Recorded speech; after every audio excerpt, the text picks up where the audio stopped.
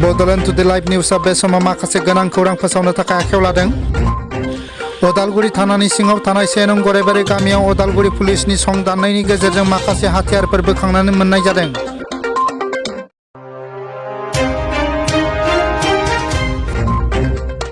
बायजोनिफ्राय फैनाय सुबुंफोरा समाजारि जानथायखौ मानियैनि थाखाय आसामाव गोख्रै भाइरासनि सन्देरनाया बांदों। आथिखालाव आसामनि थासारिया रैखाथि गोनां नङा।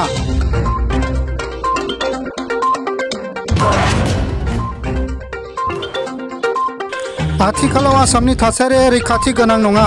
जिउनि रैखाथि नागिरनानै बायजोनिफ्राय न'सिम फैनो ओंखारदोंब्ला गावनि थांखिखौ सोलायनो खावलायदों आसामनि सावस्रि मन्थ्रि डक्टर हेमन्त बिश्व शर्माया।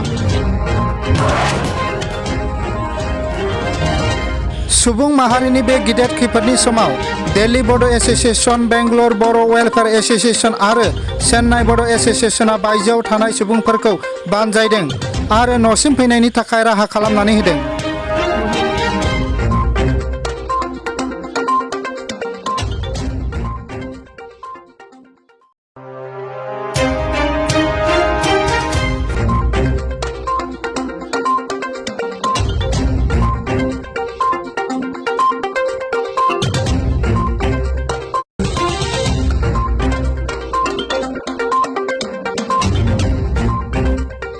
दिल्ली बड' एस'सिएशननि दैदेननायाव पान्जाबाव थानाय गोबां खामानि मावग्रा सुबुंफोरखौ आसामाव दैथायहरनायनि थाखाय राहा खालामनाय नुनो मोनदों।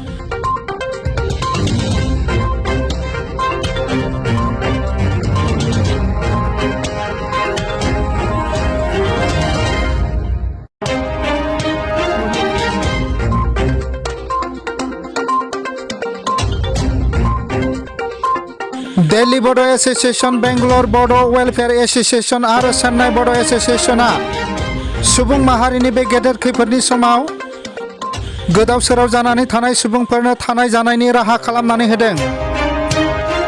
आथिखालाव बिथांमोनहा न'सिम फैनायनिबो राहा खालामनानै होनायखौ नुनो मोनदों।